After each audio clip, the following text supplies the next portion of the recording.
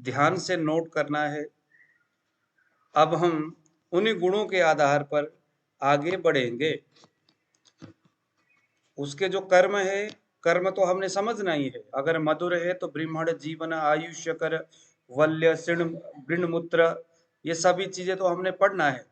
लेकिन ये जो कर्म है कफ का यानी मधुर रस का, वो कौन से कर अपने गुण से कर रहा है? वह है उसके स्निग्ध शीत और गुरु। मधुर रस में अगर कोई इस तरह की व्यवस्थाएं हैं तो अपने स्निग्ध शीत गुरु, ये तीन गुणों के बदौलत ये कर्म कर रहा है। तो इसी गुणों को पकड़ करके अब हम थोड़ा सा अगले व्याख्यान में जाएंगे।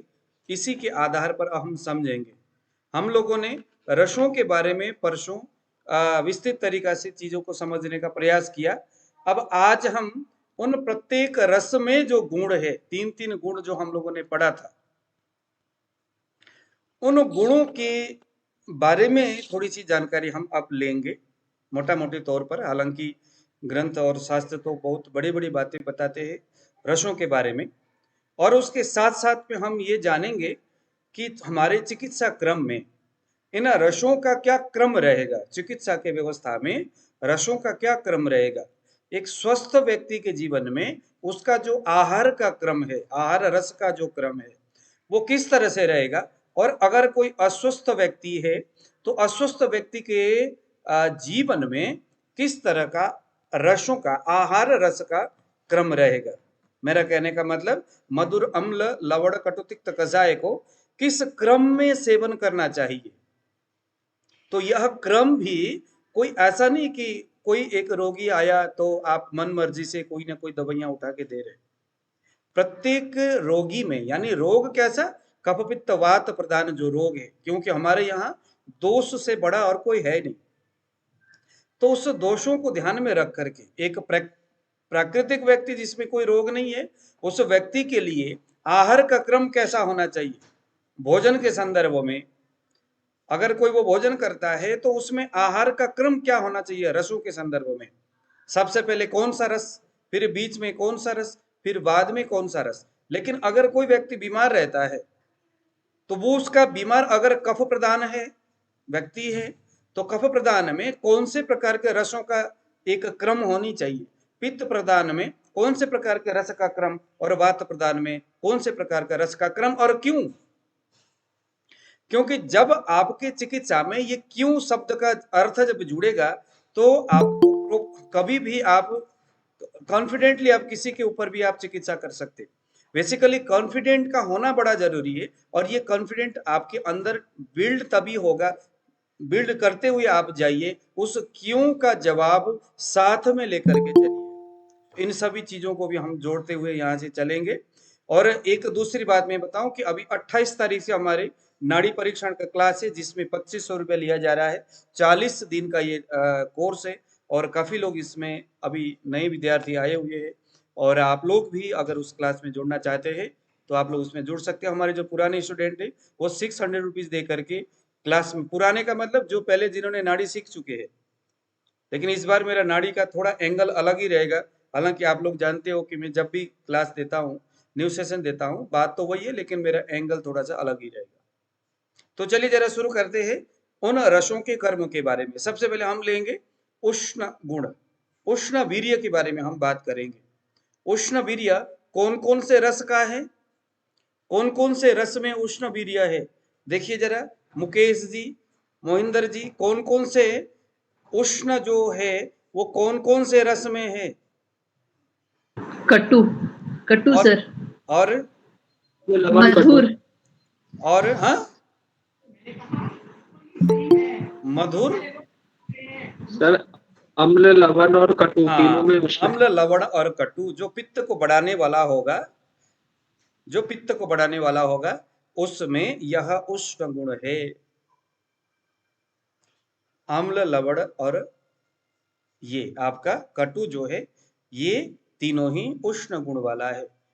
अब इन तीनों रस में प्रकृति ने यह उष्ण गुण डाला है तो किन विशेष कार्य सिद्धि के लिए डाला है, किस लिए डाला ये उष्ण गुण।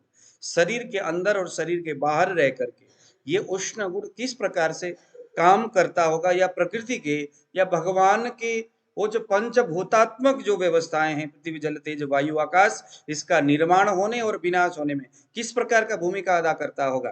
तो पहले नंबर में तो उष्ण वीर्य दहन कर्म करता है। दहन का मतलब जो दाह को उत्पन्न करे, जो चीजों को जला दे। तो उष्ण वीर्य सभी जानते, जो गर्म होता है वो जलाने का काम करता है। दूसरे नंबर में वो पाचन का कर्म करता है।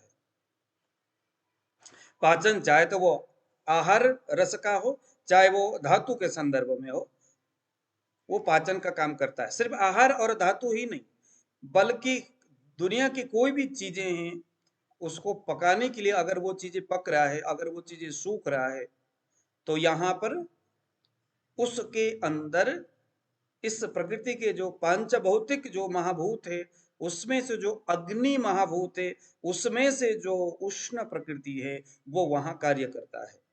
अगर कोई आदमी बोलता है कि सर मेरे व्रण जो घाव है वो पक रहा है, तो भी यहाँ शरीर के अंदर का जो ऊष्मा है वो अपना एक काम कर रहा है, पक रहा है। तो अगर नहीं पक रहा है तो यहाँ ऊष्मा की कमी हो रही है।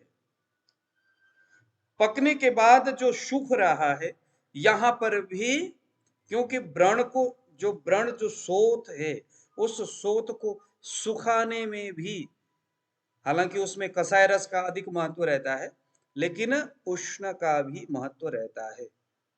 लेकिन उष्ण का अधिक महत्व व्रण को शोथ यानी स्वेलिंग कराने में उसका महत्व रहता है। उसको उभारने में, जो घाव है उसको शोथ यानी स्वेलिंग कराने में उस उष्मा का विशेष प्रभाव रहता है। उसी के कर्म के फलस्वरूप जलन हो रहा है, उसमें से शोथ हो रहा है। अगर कहीं शोथ होती है तो ये उष्मा यानी कि ये उष्ण वीर्य का प्रभाव है। तीसरे नंबर में यह मूर्छन, मूर्छन यानी कि मूर्छा हो जाना, यानी संज्ञानाश हो जाना, सेंसलेस हो रहा है। किसी आदमी को मूर्छित हो रहा है, जमीन में बेहोश होकर के गिर पड़ा हुआ है, तो यह बगैर उष्मा के, बगैर उष्ण गुण के बड़े हो नहीं सकता। ये उष्ण गुण ही है जो व्यक्ति को मूर्छित करता है। चक्कर आता है किसी को अगर, तो ये उष्ण ही के कारण से ऐसा होता है।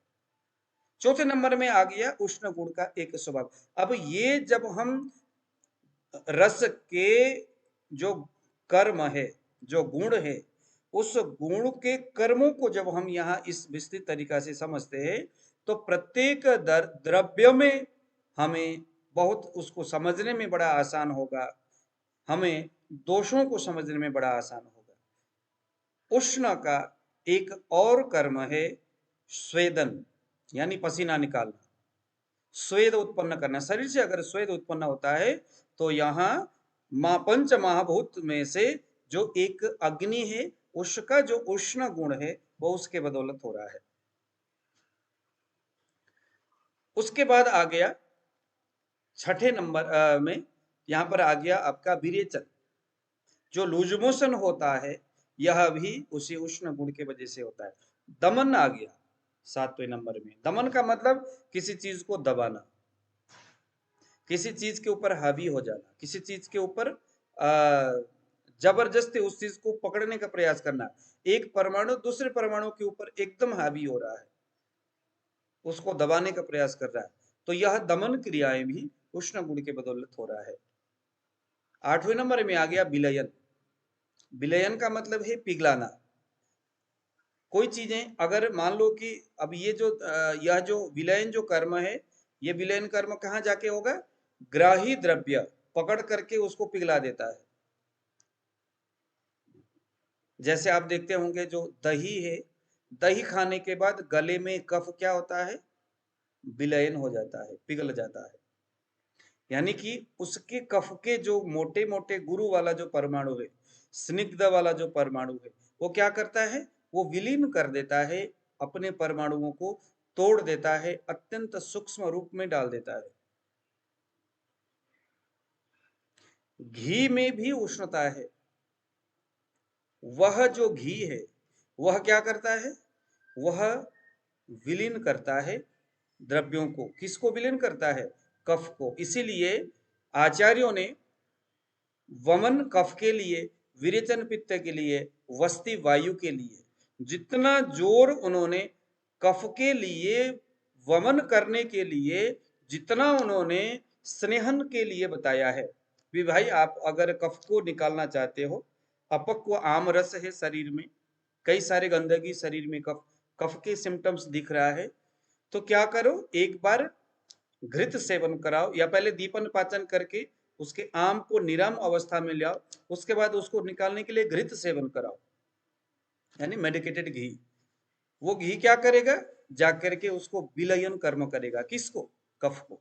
जो कफ दीवारों में कहीं चिपक के बैठे हुए अपने स्निग्ध गुरु आदि गुणों के आधार पर उसको प्राप्त करके वो निकल नहीं रहा है, वो जिद्दी होकर के चिपक के बैठा हुआ है, यह स्निग्ध जो घी है, एक क्रम से जब आप देते हो, आज 1 चम्मच, कल 2 चम्मच, परसों 3 चम्मच, अथवा आज 30 ml, कल जो है 60 ml, परसों कुछ 100 ml समथिंग, और उसके बाद एक दिन फिर गैप दिया जाता है। जो पंचकर्म करने वाले उनको मालूम है, एक दिन का गैप। वो गैप देने का मतलब क्या है, वो गैप देने का मतलब भी यही है कि जितना से हो सके वह जो घी है वो जाकर के कफ को ज्यादा से ज्यादा विलयन करे। उसके बाद जब हम मदन फल पिपली जैसे ऐसा द्रव्य जो ग्राही भी है, जो शारक गुण वाला है, जो दीपन कर्म करता है, वो ऐसे द्रव्यों को जब हम खिलाते हैं तो वो फिर, है ना, उन सभी को स्रोतगत जा करके नसों के अंदर प्रवेश करके स्वेद उत्पन्न करके उनको शारक गुणों से, टॉक्सिन्स को, जिसको घी ने मूर्छित किया था, विलयन किया था, पिघलाया था, उसको वहां से खींच करके कोष्ठ में लेके आता है। न केवल कोष्ठ में ले आना बल्कि उपहार भी निकाल, वमन भी करा देता है। तो इस तरह से उष्ण गुण का एक कर्म है विलयन करना। ये बेशक आप लोगों के लिए बोरिंग वाला क्लास हो सकता है, लेकिन आज का ये बोरिंग कल जाकर के आप लोगों को चरक बेहतर समझ में आएगा। ये चीजें समझते हुए अगर हम जाएंगे, कुछ दिन की बोरिंग वाली बात है, फिर जैसे हम चरक में जाएंगे तो फिर तो च्यवनप्राश जैसे आनंद आएगा। जो उष्ण गुण है वो वात और कफ का शमन करता है, आप सभी जानते हैं। पित्त को जनन करने वाला है, भ्रम यानी चक्कर को उत्पन्न करने वाला है, तृष्णा यानी प्यास को उत्पन्न करने वाला है। अगर ज्यादा उष्णता बढ़ेगी तो ग्लानि, ग्लानि को उत्पन्न करने वाला है। ये शरीर को लघु यानी हल्कापन को लाने वाला है, यह अवृश्यकर है। हालांकि जो उष्ण है, पित्त को क्या बताया है, पित्त वृश्यकर बताया है। पित्त को जो अग्नि है वो कैसा है, वृश्यकर है, ताकत को देने वाला है, बल को देने वाला है। व्यायाम के संदर्भ में हम क्या पढ़ते आए हैं, व्यायाम प्राकृत अग्नि को बढ़ाता है, यानी प्राकृत बल को बढ़ाता है। लेकिन अब यहाँ उष्ण के संदर्भ में इसको अवृश्यकर बताया है, यानी कि ये ताकत को नाश करने वाला, आपके एनर्जी लेवल को नष्ट करने वाला। यह इसीलिए बताया है क्योंकि यहाँ सिर्फ उष्ण वीर्य की बात हो रही है। लेकिन पित्त कैसा है, द्रव और उष्ण, इन दोनों के मिक्सअप गुण है उस पित्त में। यहाँ जब हम अकेला उष्ण की बात करते हैं तो यहाँ हम अकेले पित्त की बात नहीं कर रहे, उस पित्त के एक गुण है उष्ण, उस गुणों की यह बात हो रही है, उस वीर्य की यह बात हो रही है। तो अगर अकेला उष्ण गुण से युक्त पित्त होगा तो वो अवृश्यकर है, वो शरीर के क्षमता को, शक्ति को, पावर को, बल को, ओज को नाश करने वाला है। तो इस तरह से ग्रंथकार ने अवृश्यकर के करके उष्ण को बताया है। उष्ण के जस्ट विपरीत है शीत यानी ठंडा। अब ये जो शीत वीर्य है, इसके बारे में सबसे पहले प्रहलादन कर, यानी यह क्या है, सुखद गुण वाला है। ये शीत वीर्य कैसा है, एक आदमी को उष्ण वीर्य से क्या हो गया है, इस आदमी को तृष्णा उत्पन्न हो गया। किस चीज से तृष्णा उत्पन्न हुआ, उष्ण गुण से। उसके जस्ट विपरीत है शीत। शीत ये क्या करेगा, उसके उस तृष्णा को नष्ट करेगा, भ्रम को नष्ट करेगा, क्योंकि जो जो उष्ण है उसके विपरीत शीत है। तो क्या करेगा, ये सुखद है। यानी कि कोई आदमी को चक्कर आ रहा है, शीत कोई ठंडा ठंडा पानी उसको पिलाओ, कोई शरबत उसको पिलाओ, तो क्या होगा, सुखकर होगा, विषंद कर है। ये शीत गुण उस उष्मा के बढ़ने से जो श्राव हो रहा था, क्या हो रहा था, जो विलयन हो रहा था, जो चीजें पिघल रहा था, पित्त द्रव, उस पित्त का जो उष्मा, जो गर्मी, अभी जो हमने उष्ण बात कहा, यह जो उष्ण था चीजों को क्या कर रहा था, विलयन कर रहा था, पिघला रहा था। लेकिन शीत उसके विपरीत क्या करेगा, उसको विच्छिन्न कर्म करेगा। शब्द को लिखो, विच्छिन्न का मतलब है उस चीज को, उस श्राव को रोक देना, उसको क्या कर देना, उस श्राव को रोक देना। उसके जस्ट विपरीत कर्म है यह विच्छिन्न कर्म। शीत गुण, जैसे अभी हमने उष्ण के बारे में बताया कि यह क्या है, ये अस्थिर गुण वाला है उष्ण। किसी व्यक्ति में अगर गर्मी बढ़ेगी तो उसके अंदर अस्थिरता पैदा करेगा वो। जैसे एक कोई व्यक्ति अगर उसके शरीर में उष्णता बढ़ा हुआ है तो ऑटोमेटिकली चंचलता उसमें रहेगा, कभी क्रोध करेगा, कभी हंसेगा, कभी रोएगा, कभी रुलाएगा, कभी कुछ करेगा। जो उन्माद का केस है, पित्तज उन्माद में हम देखते हैं ना, कुछ न कुछ कभी इधर खुजलाएगा, कभी ये करेगा, कभी वो करेगा, कभी चीखेगा, कभी चिल्लाएगा, कभी दौड़ता रहेगा, दौड़ता ही रहेगा। जो कुत्ते के काटे हुए जो व्यक्ति होते हैं उनके शरीर में ज्यादातर पित्तज मतलब के परिस्थितियां होती है। तो वहां हम देखते क्या है कि वहां पर वो व्यक्ति इधर से उधर भाग रहा होता है बेचारा, उसको एक जगह, क्योंकि वह अस्थिरता जो गुण है यह किससे हो रहा है, ये पित्त के उसी जस्ट उष्ण गुण के वजह से हो रहा है। लेकिन इसके विपरीत जो शीत गुण है वो क्या चीज कर रहा है, यहाँ पर यह स्थिरीकरण कर रहा है, उस चीज को स्टेबल करने का प्रयास कर रहा है। तो ये बड़ी समझने की बात है। ये छोटी छोटी बातें ही हमें आयुर्वेद का एक बड़ा जबरदस्त एक नॉलेज देता है, गहराई में जाकर के स्टडी करने के लिए प्रेरित करता है आपको। तो ये स्थिरीकरण जो शरीर में होता है वो इस शीत गुण के वजह से होता है। चौथे नंबर में आया प्रहलादन कर। ये क्या करता है, ये एक प्रकार से मन को, शरीर को, किसी भी परमाणुओं को, अर्गन को निर्मलीकरण करता है। प्रसादन करने का मतलब है प्रसादन, प्रसादन करना बोलते हैं ना, यानी कि उसको निर्मलीकरण करना। निर्मलीकरण कैसे होगा, रक्त और पित्त इन दोनों के कंडीशन को अगर हम लेते हैं तो रक्त भी अपने परमाणु से बढ़ रहा है, पित्त भी अपने परमाणु से बढ़ रहा है, दोनों ही बढ़ रहे हैं और शरीर में तहस नहस कर रहा है, गड़बड़ी कर रहा है। तो यहाँ पर इसके जो शीत गुण है वो अपने प्रसादन कर्म से उस रक्त और पित्त इन दोनों के जो वृद्धि अवस्थाएं हैं, जहां संग होकर के दोनों चीजें बढ़ रहा है, अपने स्रोत से बहिर्गमन हो रहा है, तो उसको क्या करेगा, ये शांत करेगा, दोनों को कहेगा ठहरो, खबरदार, अगर आप बढ़ गए तो बढ़ना नहीं है, स्टेबल रहना है। तो यह जो प्रसादन कर्म जो है इसका रीजन है। और ये शीत वीर्य के जो वीर्य है, शीत जो वीर्य है ये उसका कर्म है। शीत वीर्य में क्लेदन कर्म होता है, जो कफ के बारे में हम जो बताते हैं ना, क्लेद करना, शरीर को कीचड़ जैसा बनाना, चीजों को कीचड़ जैसा बनाना, उसको नरम बनाना, किसी चीज को क्या बनाना, उस चीज को एकदम नरम बना देना।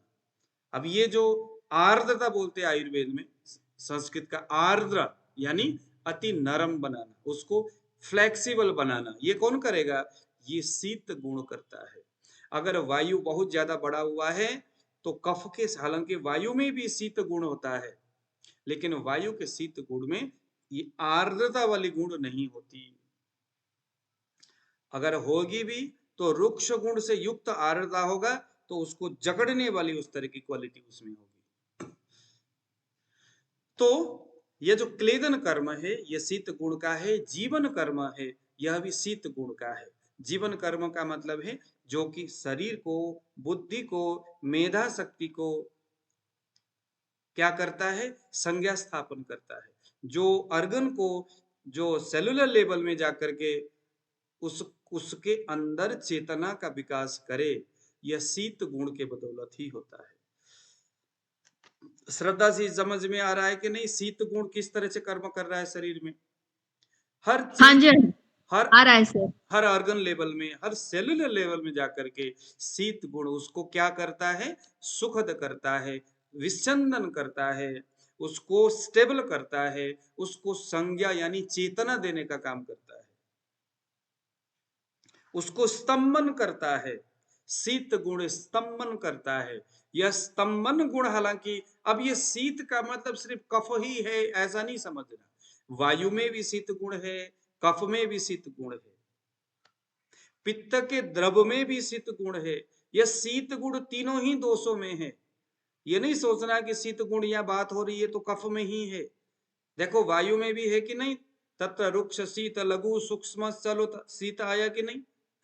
पित्त में जो द्रव है, द्रव जो है जल महाभूत वाला है, तो जल भी शीतल है। हालांकि वो हमेशा पित्त के उष्मा को लिए फिरता रहता है, लेकिन शीततापन उसमें भी है। अगर पित्त में द्रव ना हो, शीतता ना हो, तो कभी भी वो पित्त शांत होकर के ठंडा ना हो जाए, तो उसके उस अग्नि में, उसके उस द्रव में शीत है। जब भी वह पित्त वायु और कफ को स्टेबल करता है अपने इसी शीत गुण से। शीत गुण मतलब उसके उसी द्रव गुण से, द्रव गुण ही कहेंगे।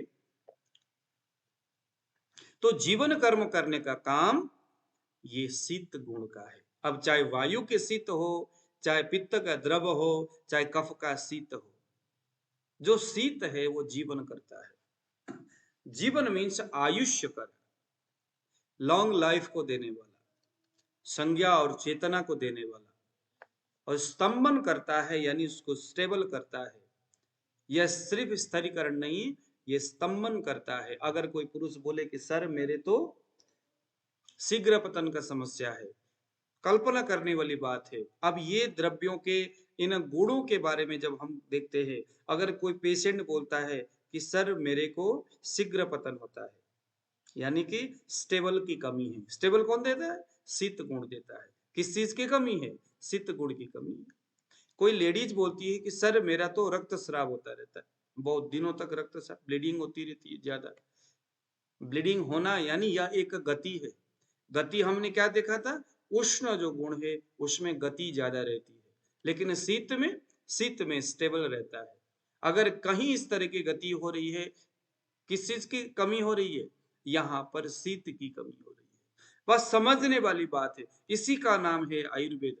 छोटे छोटे इस द्रव्यों के गुणों के कर्मों को अगर हम समझते हैं, तो हमें आपके सामने क्या चीज है, आप मुलेठी दे करके लोगों के बड़े से बड़े समस्या को ठीक कर सकते हैं, लेकिन उस मुलेठी में जो गुण है, उसके जो वीर्य है, प्रथम अवस्था पाक में किस प्रकार का वीर्य, द्वितीय अवस्था पाक में कैसा, तृतीय अवस्था पाक में कैसा गुण और वीर्य उत्पादन हो रहा है, उसके आधार पर बड़ी सावधानी से हम चीजों को समझ सकते हैं, और हम उसका उसी हिसाब से हम उसको कर सकते हैं, आगे जाकर के ट्रीटमेंट कर सकते हैं। पर हमारी नजरिया वैसे होनी चाहिए। कोई जरूरी नहीं है कि आप किसी को स्वर्ण भस्म दो और तभी जाके वो ठीक हो जाए। कोई जरूरी नहीं है कि किसी को आप रजत भस्म दो, मुक्ति भस्म दे दो और तब जाकर के अगला ठीक हो। नहीं, हमारी नजरिया है। इसी का नाम आयुर्वेद है। क्योंकि जब चरक था तब इस प्रकार के रसायन का इतना ज्यादा प्रचलन नहीं था। और यकीन मानो कि चरक से पहले जब ब्रह्मा जी ने आयुर्वेद का उत्थान किया, तब कहते हैं कि 17-18 लाख सूत्र थे। अब उनमें से तो चरक में तो उतने है ही नहीं, सबके सब गायब कर दिए गए। अब किसने किया, क्यों किया, ये बड़ी समझने की बात है। लेकिन बात पक्की तो इतनी है कि तब भी इतना अगर कुछ व्याख्यान हुआ है पूर्वाचार्यों के द्वारा, जो चरक के आने से पहले की बात मैं कर रहा हूं, तो वहां पर भी कहीं रसायन की बात है नहीं। वहां रसायन को आम्ल के रसायन, भल्ला तक रसायन, विविध के रसायन के रूप में वो उसी को वो लोग रसायन मानते थे। सुख कर जीवन को वो रसायन मानते थे। और सबसे बड़ा वृक्ष किसको मानते थे? आप चरक पढ़ो, अच्छी पढ़ी लिखी निरंतर हंसने वाली पत्नी पुरुष के लिए सबसे बड़ा क्या वृक्ष कर दवाई है। तो ये उनकी समझ थी, ये उनकी सोच थी, और देखो कहां जाकर के वो सोचते थे। और बेसिकली उसी का नाम आयुर्वेद था। शीत गुण अगर होगा तो शीत गुण यानी गुरु हैवी है ये, और वल्य गुरु है, और वल्य यानी ये बल कारक है। वल्य में सिर्फ शीत गुण है। शीत गुण मीन्स वल्य, शीत गुण मीन्स गुरु हैवी। अब ये गुरु और वल्य शब्द जो है, ये कसाय के शीत की बात नहीं हो रही, ये वायु की शीत की बात नहीं हो रही है, ये बात हो रही है कफ की जो शीत है, ये उसकी बात हो रही है। जहां जल और पृथ्वी ये दो महाभूत संयुक्त होंगे, वहां से जो शीत गुण आएगा, उस शीत की बात है कि वहां गुरु है, वहां वल्य है। इसको भी समझना होगा। अब आ गया तीसरे नंबर में हमारा स्निग्ध गुण। स्निग्ध कहाँ कहाँ है? स्निग्ध एक पित्त में है और एक कफ में है, वायु में स्निग्ध नहीं है। इसका मतलब ये हो गया कि जो स्निग्ध है, ये वायु के विपरीत है। क्या करेगा स्निग्ध गुण शरीर में जाके? ये सबसे पहले स्नेहन कर्म करता है। प्रकृति ने स्निग्ध को बनाया ही इसीलिए है कि ये शरीर के अंदर जाकर के चिकनाहट को पैदा करे। अगर कोई बोले सर ग्रीस की कमी हो रही है, यानी स्नेहन की कमी हो रहा है। स्नेहन, स्नेह की कमी हो रहा है। आज के समय में दिक्कत क्या आ रही है? डॉक्टर इंसान के शरीर में स्नेह को नष्ट कर रहा है। और हम चरक में क्या पढ़ते हुए आए हैं? आप लोगों ने कुछ कल्पना किया कि नहीं? कुछ आपने दिमाग में कुछ रखा है कि नहीं? जो स्नेह है, जो शरीर का जो स्नेह है, वो स्नेह दो तीन जगह से स्नेह तैयार होता है। पहला स्नेह कहां से आता उत्पन्न होता है? पहला स्नेह उत्पन्न होता है हमारे आहार रस से। आहार रस से स्नेह उत्पन्न होता है। दूसरा स्नेह उत्पन्न होता है धातु पाक होने के बाद जो जो सॉलिड प्रोडक्ट के रूप में जो दूसरा धातु का निर्माण होता है। जैसे रस धातु पाक होने के बाद जब रक्त धातु बनता है, तो रक्त धातु बनते वक्त वहां थोड़ा सा स्नेह तैयार होता है। इसे हम ओज कहते हैं। पर ओज और अपर ओज, यह ओज भी दो प्रकार के हैं। एक वह ओज है जो पूरे शरीर को शरीर में विद्यमान है, पूरे शरीर में है, जो ऊपर के शिखा से लेकर पैर के नाखून तक संपूर्ण शरीर में जो चिकनाहट को पैदा करता है। जो घुटने में रहे तो ग्रीस बोले, पता नहीं कहाँ कहाँ रहे तो क्या क्या कुछ बोले। जहां भी यह स्नेह पहुंचता है, वो उन लिगामेंट्स को, उन हड्डियों को, उन मांस प्रत्येक धातुओं के अंदर कफ कर्म करता है। एक प्रकार का स्निग्धता, चिकनाहट पैदा करके एक दूसरे परमाणुओं के बीच में संतुलन पैदा करने का ये काम करता है। यह है। और यह है अपर ओज। पर ओज क्या है? पर ओज है एक सॉलिड प्रोडक्ट जो हमारे हार्ट में रहता है। उस ओज में प्राण वायु रहता है। प्राण वायु का निवास कहाँ है? प्राण वायु का निवास वैसे तो हमने बोला है कि यह हृदय में रहता है, लेकिन बेसिकली प्राण वायु उस पर ओज में रहता है। वो जो स्नेह है, शरीर का अत्यंत सॉलिड जो स्नेह है, उस स्नेह से लिपटा हुआ है हमारा प्राण वायु। आज इंसान के शरीर से वह स्नेह खत्म हो रहा है। यह स्नेह वही है। आप चरक, मुझे अभी वो अध्याय याद नहीं आ रहा है, चरक बोलते हैं कि यह स्नेह कोई सामान्य स्नेह नहीं, प्राण यानी जीवन, प्राण यानी जो मृत्यु से परे है, जिसके नष्ट होते ही मृत्यु संभव है। मृत्यु भी दो प्रकार के हैं कि एक तो इंसान का शरीर नष्ट हो जाता है, प्राण चलायमान हो जाए, वो एक मृत्यु है। और दूसरा मृत्यु जो क्षण क्षण इंसान मरता है, परेशान होता है, दुखी होता है, रोग से ग्रसित होता है, वो भी एक प्रकार का मृत्यु है। कहते वो जो प्राण जिस ओज से संलिप्त रहता है, उसी वह जो ओज है वह स्नेह है। और वो स्नेह पता है कैसा है? हमारे जो इंद्रिय है, उस इंद्रियों का आहार है वो ओज। क्या है? इंद्रियों का आहार है। चरक चिकित्सा शारीर स्थान के पता नहीं कुछ अध्याय में मैं निकाल करके आपको दूंगा। शारीर स्थान में है ये शब्द। हमारा जो इंद्रिय है उसका भोजन है ये ओज। ये स्नेह को पा करके हमारे इंद्रिय तृप्त रहता है। और इंद्रिय विषयों से शरीर को संचालन करने का प्रयास करता है। इंद्रियों का काम क्या है? कर्मेंद्रिय कर्मों की तरफ जाता है, ज्ञानेंद्रिय ज्ञान के लिए व्यवस्था करता है, चक्षुषेंद्रिय आंखों से वस्तुओं को देख करके अपने शरीर को चलाने का व्यवस्था करता है। इनके काम है शरीर के लिए। लेकिन अब वहां पर एक बहुत अच्छा एक प्रसंग है, एक संदर्भ है। कहते हैं कि एक हाथी अपने स्पर्शेंद्रिय की अत्यंत विकटता से, यानी कि वो हाथी अपने स्पर्शेंद्रिय का इतना ज्यादा वो चलायमान करता है, स्पर्शेंद्रिय को इतना ज्यादा वो एक्टिव कर देता है। कहते हैं कि उसी के कारण से जो हाथी है, छोटा सा चेंटी भी अगर उसके मुंह में कहीं पर भी डंक मार दे तो उसके उस दर्द से वो चीखना शुरू करता है, क्योंकि उसकी सेंसिटिविटी उसकी त्वचा के प्रति इतनी ज्यादा होती है। हिरण हिरण कहते हैं कि वह जो है वो म्यूजिक के प्रति, अपने कान के प्रति, जो मछली है, आप लोगों ने ये कहानी सुने होंगे, मुझे वो शब्द अभी प्रॉपर उस हिसाब से याद नहीं आ रहा है। एक मछली जो है अपने जीवा, जो रसनेंद्रिय है, उसके प्रति बहुत ज्यादा समर्पित होता है। मच्छी अपने जीवा के प्रति, अपने रसनेंद्रियों के प्रति इतनी ज्यादा समर्पित होता है, रसनेंद्रिय उस मछली को पूरा कंट्रोल करने का प्रयास करता है, और एक मछुआरा उसी चीज को समझता है कि अगर मैं यहाँ पर कांटे में एक कीड़ा लगा करके नीचे रख दूं तो उस कीड़े को देख करके संभव ऐसा हो ही नहीं सकता कि मच्छी प्रलोभित ना हो, क्योंकि वो अपने जीवा के उस रसनेंद्रियों के वशीभूत होता है। तो उसके वशीभूत होकर के जैसे ही उसको खाने का प्रयास करता है, वो उसकी मृत्यु हो जाती है।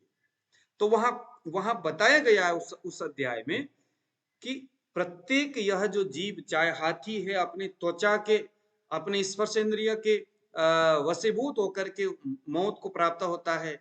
एक तितली बोलते, एक पक्षी अपने अपने रूप के वशीभूत होकर के किसी बल्ब को देख करके, उसके प्रकाश को देख करके अपने आंखों के इंद्रियों को रोक नहीं पाता और वहां टूट पड़ता है, जाके मर जाता है। कहते ये जो 5 जीव अपने एक एक इंद्रियों के वश में रह करके अपने जान को नष्ट कर देता है, लेकिन इंसान में जो 5 इंद्रिया, आंखें एक ओर से खींच रहा है, त्वचा एक दूसरी ओर खींच रहा है, जीव तीसरी ओर खींच रहा है, ये भी खाऊं वो भी खाऊं। तो जो इंसान के 5 इंद्रिया इस तरह से हैवी हो रहा है, उस आदमी को चारों ओर खींच रहा है, खींचने से उसकी जो इंद्रिय है, कर्म इंद्रिय और ज्ञान इंद्रिय, बहुत ज्यादा जितनी आवश्यकता होना चाहिए उससे ज्यादा वो काम करने को पड़ रहा है, उसको ज्यादा काम करना पड़ रहा है, ज्यादा मेहनत करना पड़ रहा है, ज्यादा एक्टिव होना पड़ रहा है। आवश्यकता से ज्यादा काम करने की वजह से उसको क्या चाहिए? खुराक चाहिए। भूख लगे तो क्या करे? खुराक चाहिए। खुराक क्या है उसका? खुराक है वो ओज। कौन सा वाला ओज? जो हृदय में रहता है। वो हृदय प्राण से चिपका हुआ है, हमेशा ओज की आवश्यकता, प्राण को बना रहता है। आज क्या है, एक इंसान स्ट्रेस में है, पागल हो रहा है, टेंशन में है, कई प्रकार के बीमारी से ग्रसित है, क्योंकि वह इसी स्निग्ध वीर्य वाला जो स्नेह है उसकी कमी की वजह से हो रहा है। और एलोपैथिक डॉक्टर क्या बोलते? भैया घी ना खाओ, तेल ना पियो, ये ना करो, वो ना करो, शरीर में कोई चिकनाहट नहीं रहनी चाहिए, पूरा नष्ट कर दो उस ओज को, जो बचा कुछ है वो भी खत्म करो। क्यों? क्योंकि जल्दी मर जाओ। तो इस स्नेह का बड़ा महत्व रहता है हमारे शरीर में।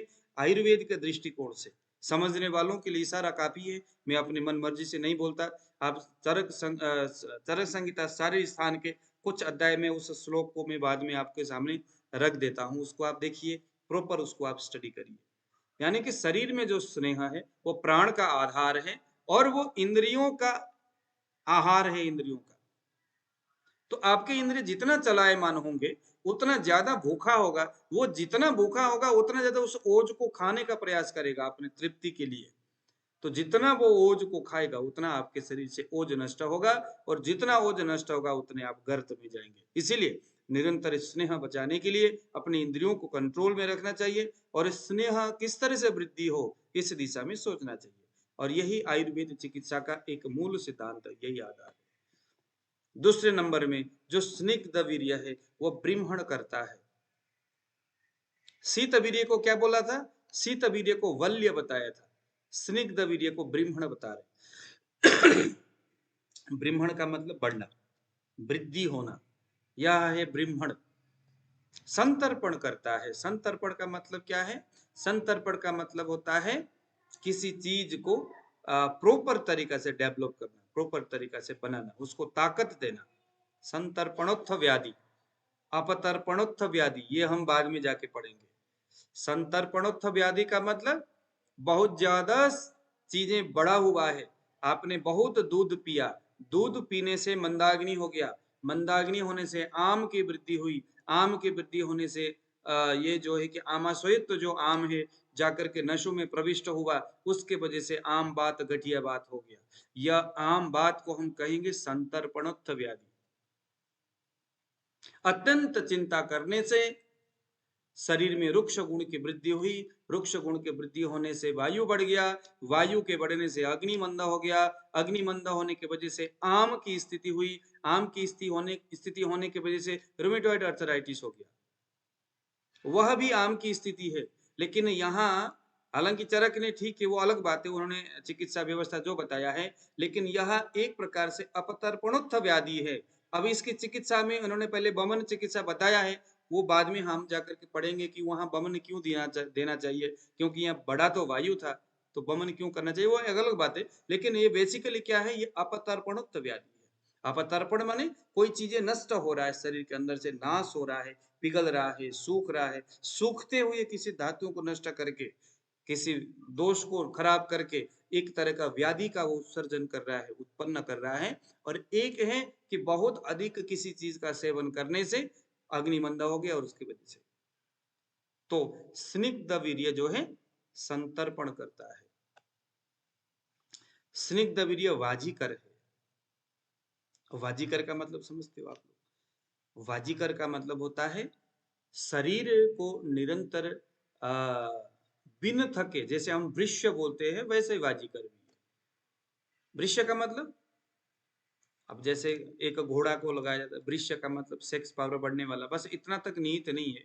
वृष्य का मतलब होता है वृष्यतर, या वाजीकर का मतलब होता है एक 90 साल का बूढ़ा भी जवान व्यक्ति की तरह काम करे, कभी न थकता हो, यह बेसिकली वाजीकर है। और यह जो है इसी का नाम है वृष्यता। स्निग्ध वीर्य शरीर में वयः का स्थापन करता है, वयः, और यह स्निग्ध वायु को नष्ट करता है। ठीक है, अब आ गया रुक्ष गुण। अब देखिए जरा, कल परसों हम लोगों ने पढ़े थे रुक्ष गुण कहां कहां पड़ता है, कौन कौन से रस में पड़ता है, ये सारा चीज आप लोग देखते रहिएगा। रुक्ष गुण जो है ये एक तो संग्रहण, यानी कि जो ग्राही नाम का जो गुण है, ये उसमें रुक्षता की वजह से हो रहा है। ग्राही जो है ये रुक्षता की वजह से हो रहा है, ग्राही।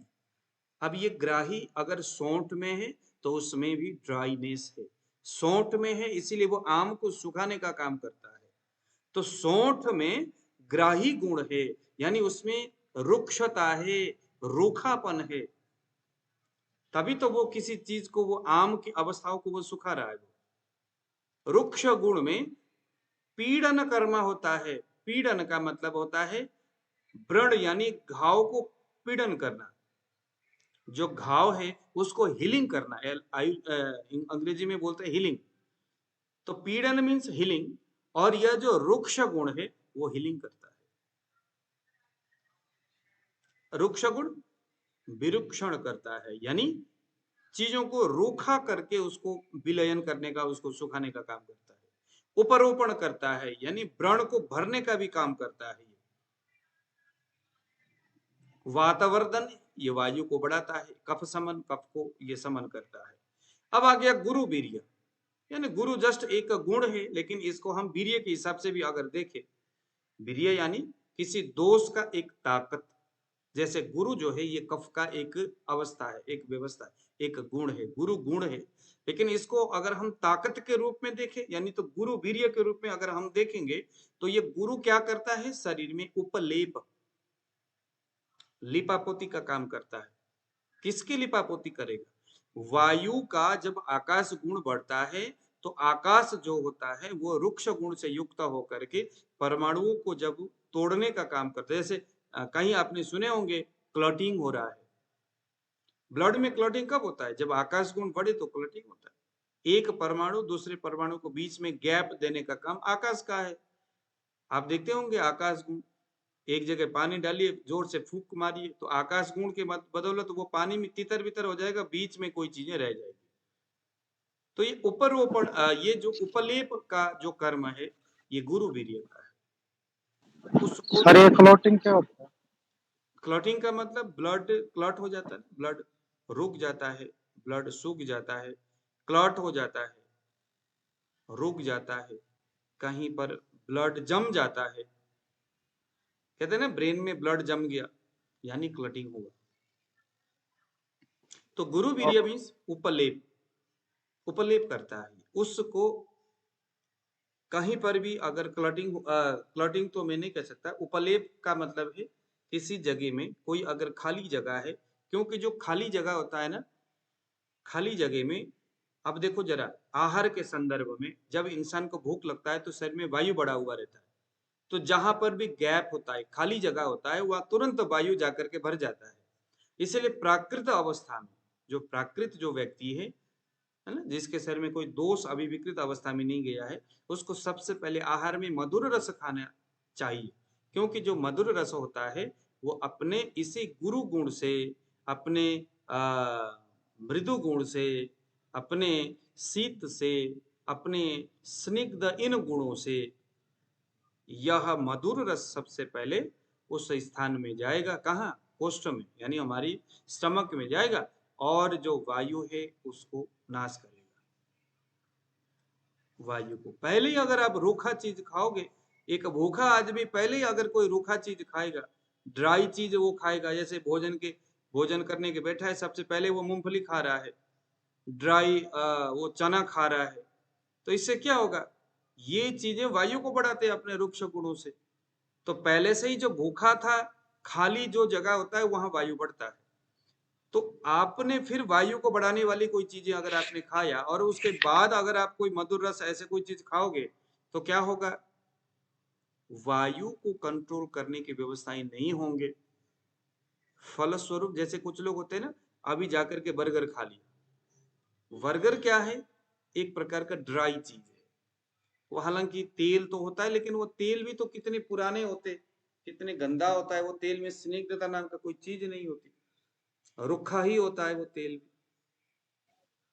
तो ये जो आप खाने के लिए बोल रहे हैं, तो जैसे मधुर रस पहले खाया उसके बाद दूसरा खाया, तो ये कितना गैप होना चाहिए कि हम लोग जैसे खाना खाते तो हम तो सारे रस इकट्ठा खाते जाते हैं। हाँ, सारे रहते हैं ना। देखो भोजन के संदर्भ में बताता हूँ, मधुर रस सबसे पहले खाना है। सबसे पहले मधुर रस खाओगे तो वायु को शांत करेगा। जीभ में रहता है हमारा बोधक कफ, ये उसको जाके उत्तेजित करेगा। हमारे स्टमक में रहता है क्लेदक कफ, ये उसको भी जाके बोलेगा भाई खड़े हो जाओ। मधुर रस इन सभी को उत्तेजित करता है। या मधुर रस का मतलब कि पहले थोड़ा मीठा खाओ भोजन से पहले थोड़ा सा। ये कब खाना है? जब आपका शरीर प्राकृत हो, यानी कोई रोग ना हो, शरीर में कोई रोग ना हो। अगर रोग हो तो फिर उसका रसों का क्रम अलग सा है, उसके ऊपर हम कल परसों फिर बात करेंगे। वो अलग अलग स्थिति है। लेकिन मधुर रस पहले खाओगे तो वायु को शांत करेगा, हमारे जीभ में जो बोधक कफ है उसको एक्टिवेट करेगा। बोधक कफ अर्गन को करता है। तो भोजन करते करते बीच में हमारे यहाँ पर अचार खाने का व्यवस्था है कि नहीं है? भोजन कर रहे, रोटी भी खा रहे, बीच में अचार भी खा रहे। बीच में भोजन के बीच में हमेशा लवण और अम्ल, ये दो रस होनी चाहिए। क्या काम करेगा? लवण और अम्ल अग्नि को संदूषण करेगा, और मधुर रस से जितना वायु बचा हुआ था, थोड़ा बहुत जो कुछ अगर वायु बचा भी है, तो अम्ल और लवण ये उस वायु को जाके थप्पड़ मारेगा, और वायु को अग्नि के स्थान तक पहुंचने नहीं देगा।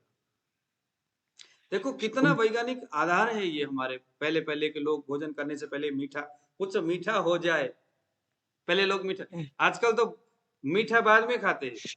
हमारे पंजाब में भी ये बड़ा गंदा सा रिवाज है, भोजन करने के बाद फिर गुड़ लेके आएंगे। मीठा जो है राजस्थान के साइड में आप जाके देखोगे तो भोजन से पहले वहां घी और गुड़, शक्कर, ये दोनों चीज भोजन से पहले दिया जाता है वहां। ये भोजन से पहले, इसका वैज्ञानिक आधार यही है कि ये वायु, मधुर रस जो होता है वायु को शमन करता है और तर्पक कफ को, क्या नाम है, बोधक कफ को एक्टिव करता है। और अम्ल और लवण अगर भोजन के बीच में लोगे तो क्या होगा, वो पित्त को बढ़ाएगा और बचे कुचे वायु को शांत करेगा। अब जब अग्नि प्रवर्धन हो जाएगा तो तृतीय अवस्था पाक में क्या होना है, वायु बढ़ना है। तो कहते भोजन के अंत में कटुतिक्त कषाय, ये रस लेनी चाहिए। कटुतिक्त कषाय क्या करेगा, कटुतिक्त रसाय कफ के जो क्लेद अवस्था है, पहली बात तो कटु उसको तोड़ेगा, क्योंकि स्टमक से जो कफ है, जो क्लेद है, वो ज्यादा देर तक नीचे नहीं जानी चाहिए। कफ के स्थान का कफ के स्थान तक रहे, आगे न जाए। इसीलिए भोजन के अंत में कटु, तिक्त और कसाई रस लेते हो तो ये तीनों ही कफ के विरोधी है, तो उसके क्लेद को नष्ट करेगा, ये वायु को बढ़ाएगा और ये कफ के जो स्निग्धता है उसका अवशोषण कसाई रस करेगा फाइनली अंत में।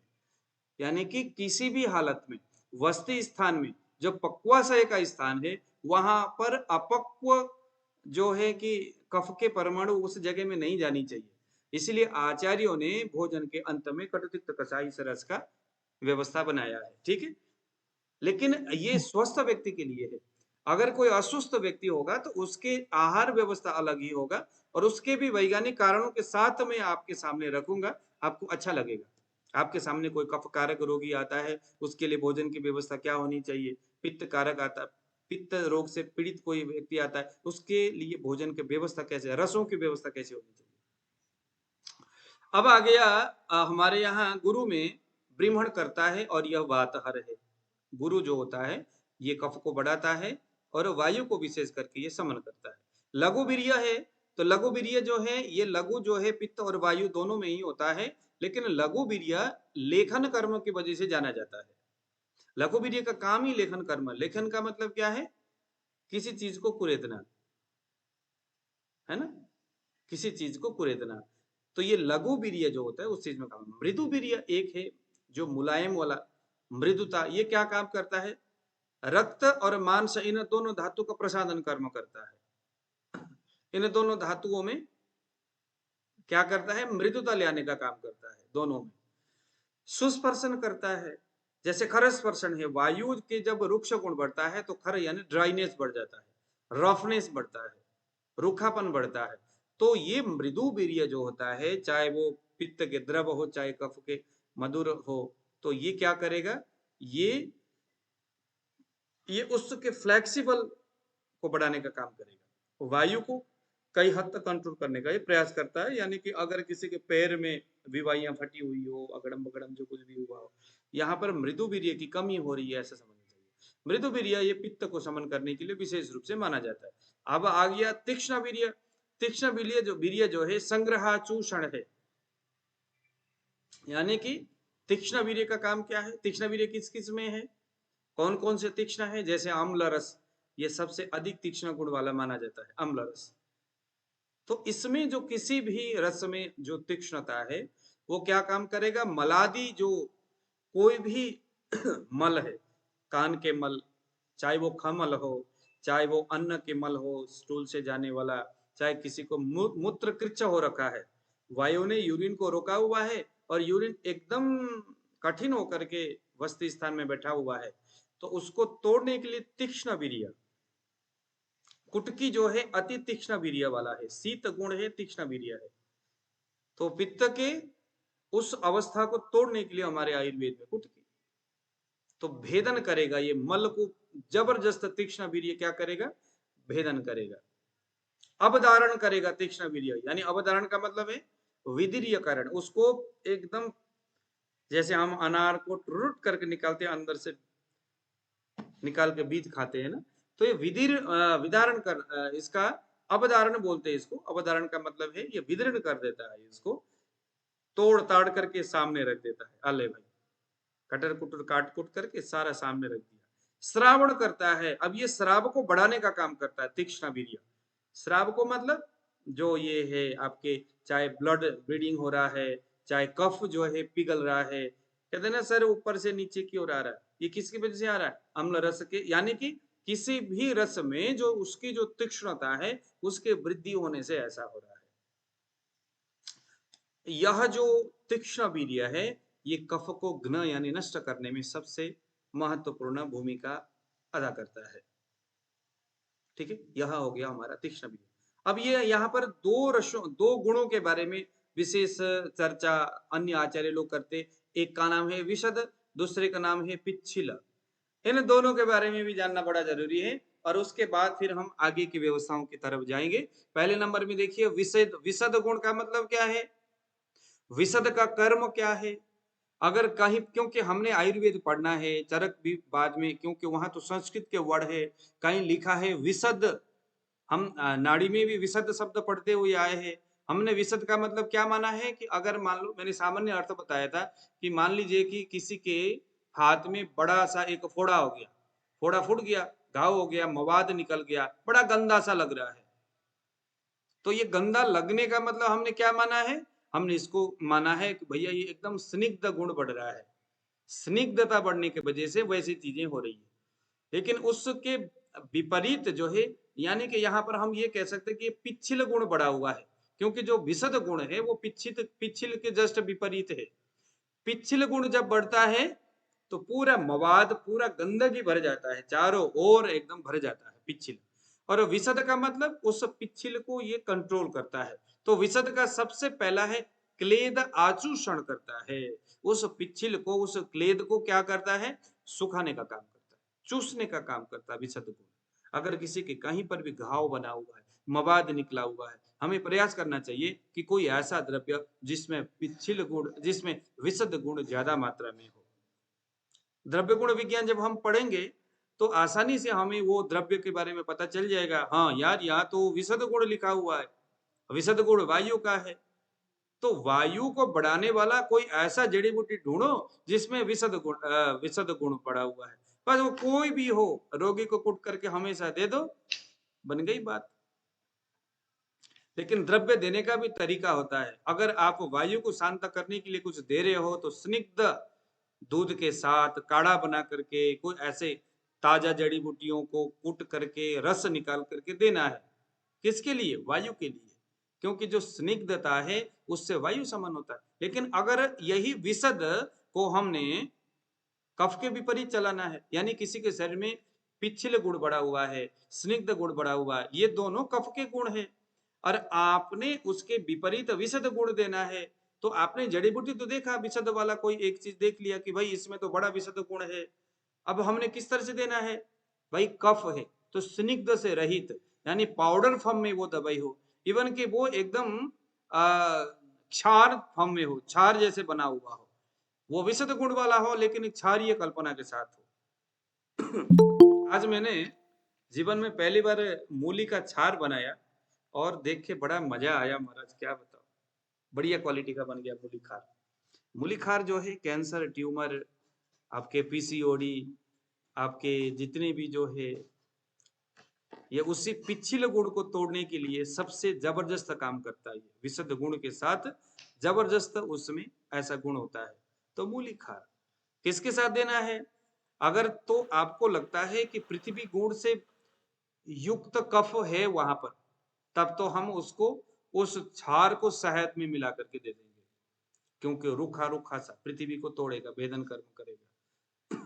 अगर हमें लगता है कि ये तो वायु है, गुल्म सा बना हुआ है, गुल्म के ऊपर चढ़ाना है, तो तुरंत हम उसको किसी लिक्विड दवाई में मिला करके देंगे, क्योंकि वायु है तो स्निग्ध द्रव्य के साथ देंगे तो वो जल्दी शांत होता है। तो डिपेंड करता है कफित वायु में किसके लिए कौन सा द्रव्य दे रहे हो, यह भी बड़ा मायने रखता है। तो विशद गुण है तो ये आर्द्रता यानी उस पिछलता को सुखाने का काम विशद गुण में है। विशद गुण में विरूक्षण कर्म होता है। विरूक्षण का मतलब है कि उसमें रूखापन पैदा हो। मान लीजिए कि किसी के शरीर में, अब आप द्रव्य गुण पढ़ोगे तो कितना अच्छा रहेगा। विशद गुण किसी चीज में रूखापन उत्पन्न करता है, किसी चीज के परमाणु को सुखाने का काम करता है। उसको सुखा भी रहा है और उसको रूखा भी कर रहा है। जैसे सूर्य के किरणों में ये दो गुण विशेष होते हैं, वो सुखा भी रहा है और उसके अंदर रुक्षता भी पैदा कर रहा है। और उपरोहण, विशद गुण उपरोहण का मतलब है कि आपके घाव है, घाव में मवाद है, तो विशद गुण यह 3 प्रकार से काम कर रहा है। एक तो उस मवाद को अंदर से सुखा भी रहा है, ऊपर से उसको चूस भी रहा है, ऊपर से उपरोहण कर रहा है, यानी कि उस व्रण को भरने का भी काम कर रहा है। भरने का मतलब है बड़ा सा साइज था, छोटा छोटा कर रहा है, लेकिन उसमें लिपापोती भी कर रहा है कि कहीं गंदा सा ना लगे, कहीं रूखापन भी ना लगे, कहीं टूटा फूटा कटा फटा सा भी ना। जैसे वायु की जो रूखा, जो रुक्ष गुण है, रुक्ष गुण में क्या होता है, कहते हैं सर मेरे पैर के एकदम बिवाइयां फट गया, ब्लीडिंग होना शुरू हो गया। लेकिन विशद गुण ये मानता है कि भाई मुझे तोड़ फोड़ नहीं करना, सुखाना भी है, पिघलाना भी है, चूसना भी है, लेकिन उपरोहण भी करना है, यानी कि उस घाव को भरने का भी काम करना है। जब पूरा विशद गुण का कर्म उस द्रव्य जब पूरा करता है तो एक वैद्य देखता है कि अरे घाव तो था लेकिन अब तो कुछ दिखाई नहीं दे रहा, सारा भर गया मामला। यानी उसने, इस विशद ने क्या किया, उसको चूस चूस करके सुखा भी दिया और उसको उसको जो है कि क्या भी कर दिया, उपरोहण भी कर दिया। कफ को नाश करने के लिए विशद गुण से बढ़िया और कुछ नहीं। विशद गुण देखो, जो आपका बच है, बच बोलते हैं ना हमारे यहाँ, बच में जबरदस्त विशद गुण है। गेंदा में भी सर? हाँ, गेंदा में भी, सुभाष जी को तो प्रत्यक्ष पता है, गेंदा में भी विशद गुण है बहुत। अब इन्होंने तो, सुभाष जी ने तो प्रत्यक्ष। अच्छा, आप लोगों को बताऊं जो नए विद्यार्थी आए हैं, कि अगर कोई आपके पास आता है इस तरह के जबरदस्त घाव को लेके और बोलता है कि सर पुराना घाव है, मवाद है, ये सूख नहीं रहा है, मवाद कैसे करूं, क्या करूं? कुछ नहीं करना है, गेंदे को जड़ से उखाड़ लो, पानी से धो लो, कूट करके ताजा उसका पेस्ट बनाओ और रात में लगा लो, पट्टी से बांध दो, दूसरे दिन सुबह उसको खोलो। सुभाष जी बताइए क्या होता है उससे? पूरा घाव को सुखा देता है, अच्छा कर देता है। यानी कि विशद गुण का जबरदस्त अगर आपको उदाहरण देखना है तो आप गेंदे के जो पंचांग है उसको लगा। मैंने सुभाष जी को बताया था, इनके सामने था। लेकिन बेसिकली क्या होता है ना कि ये देखो, जो शरीर में जो व्याधि होता है ना व्याधि जो होता है कई प्रकरण से तैयार होकर के बना हुआ रहता है। अब सुभाष जी ने लगाया, एक्सटर्नल त्वचा में तो सूख गया सारी चीजें, लेकिन इंटरनल जब वो रस रक्त धातुओं के अंदर जब वो चलना शुरू करता है, अंदर रक्त को खराबी करना शुरू करता है, तो वो फिर क्या है जो एक्सटर्नल जो घाव है वो तो सूख जाता है, लेकिन इंटरनल गंदगी को तो वो नहीं कर सकता, उसको तो रक्त मोक्षणी करना पड़ेगा। अब ये बोलते हैं कि सर वो बाहर तो हो गया लेकिन सूख तो गया, बाद में फिर दोबारा हो गया। दोबारा इसीलिए हुआ क्योंकि अंदर का मामला जस का तस है, वो अंदर तो नहीं ना करेगा वो काम, तो उसको या तो हमें रक्त मोक्षण करना पड़ेगा या कोई ऐसी चीजें करनी पड़ेगी। ये बहुत पुराना था ना सर? अभी उसका कैसा है हिसाब किताब? अभी ठीक है वो। हाँ, लेकिन फिर भी उसको ना, मतलब देखो विशद क्या है कि वो, क्या है कि वो दारू वारू पी लेता है ना सर। अच्छा, हल्दी भी डालने बोलता है। अब उसके अंदर अब आप बांस के पत्ते डालो, हल्दी डालो, बच डालो, लेकिन सारी चीजें आप डाल सकते हो, लेकिन उसमें जो काम कर रहा है वो यही इसके पंचांग कर रहा है। तो हम लोगों ने विशद गुण देखा, अब हम यहाँ देखेंगे पिच्छिल गुण। पिच्छिल जो गुण है उपलेपन करता है, यानी कि ये लेपन कर्म करता है, यानी वो विशद के जस्ट विपरीत है। पूर्ण करता है, यानी किसी जगह को भरने का काम करता है, ये आकाश के विपरीत।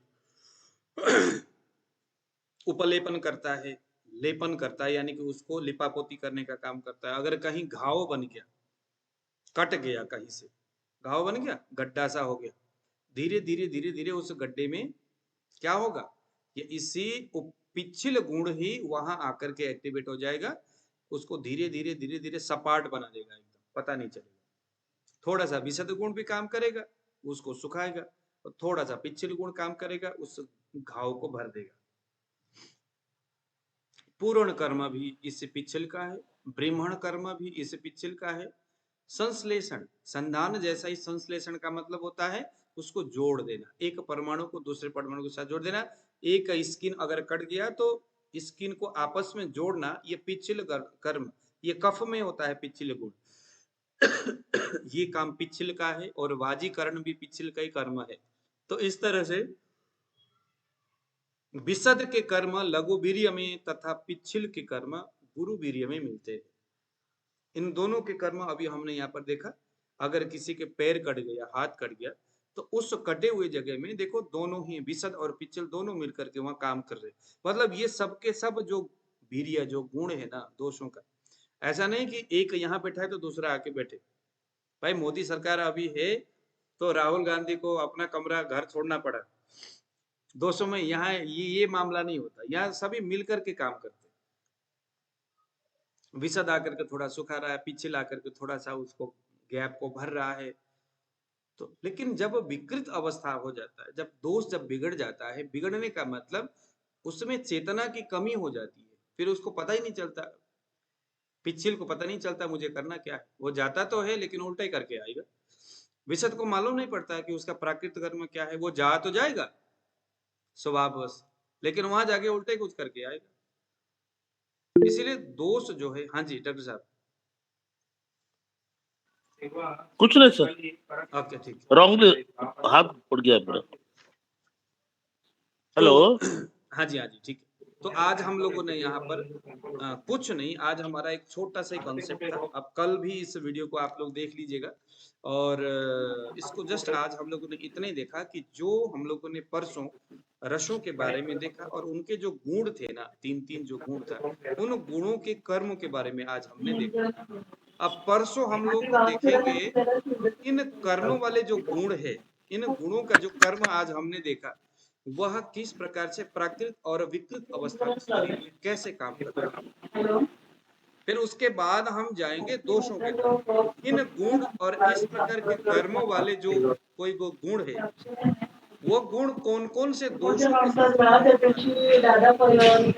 संबंधी जो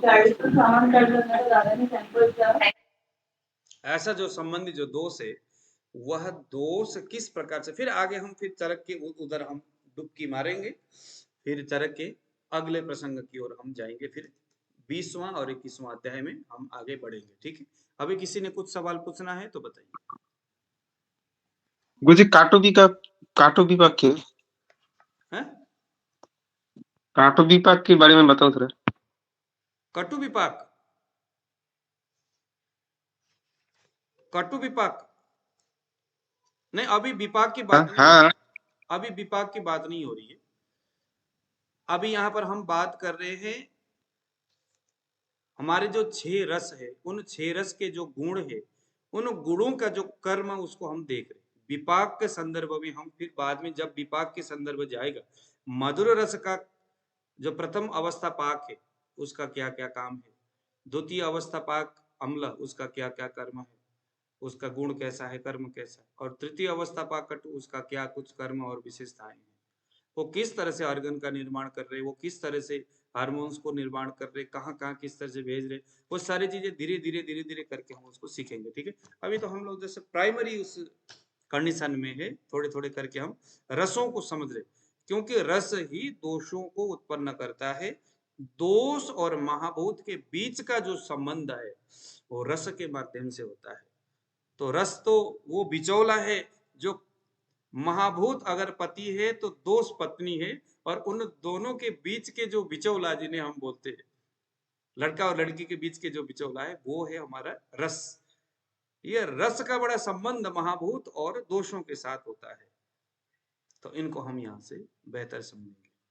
तो आज का हमारा क्लास इतना ही है। तो जिन्होंने नाड़ी परीक्षण की हमारी उस क्लास में आना है, वो आप हमसे बात कर लीजिएगा। 8699175212। परसों से क्लास शुरू है। नमस्कार।